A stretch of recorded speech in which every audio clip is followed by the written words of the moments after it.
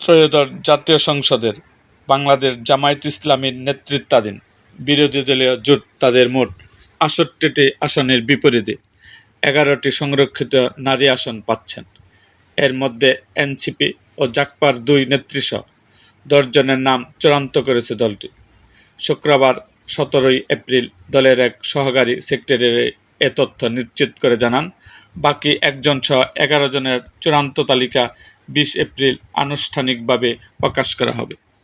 এ তালিকায় দলীয় নেতৃত্বের পাশাপাশি জোটের ২ জনকেও অন্তর্ভুক্ত করা হয়েছে।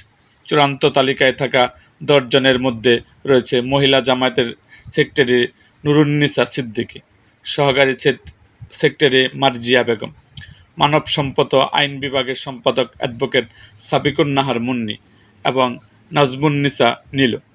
এছাড়া অঞ্চলভিত্তিক প্রতিনিধিত্বে চট্টগ্রাম থেকে মেরিনা সুলতানা, সিলেট থেকে মাহফুজা খানম, বগুড়া অঞ্চল থেকে সাজেদা সামাদ এবং প্রকৌশলী মার্দিয়া মমতাজের নাম রয়েছে।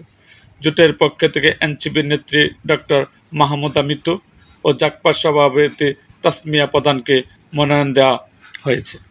এরকম আরও ভিডিও পেতে আমাদের মুক্তাগাছার ইতিহাস মিডিয়া ইউটিউব চ্যানেলটিকে সাবস্ক্রাইব করুন এবং পাশে থাকা বেল আইকনটি বাজিয়ে দিন।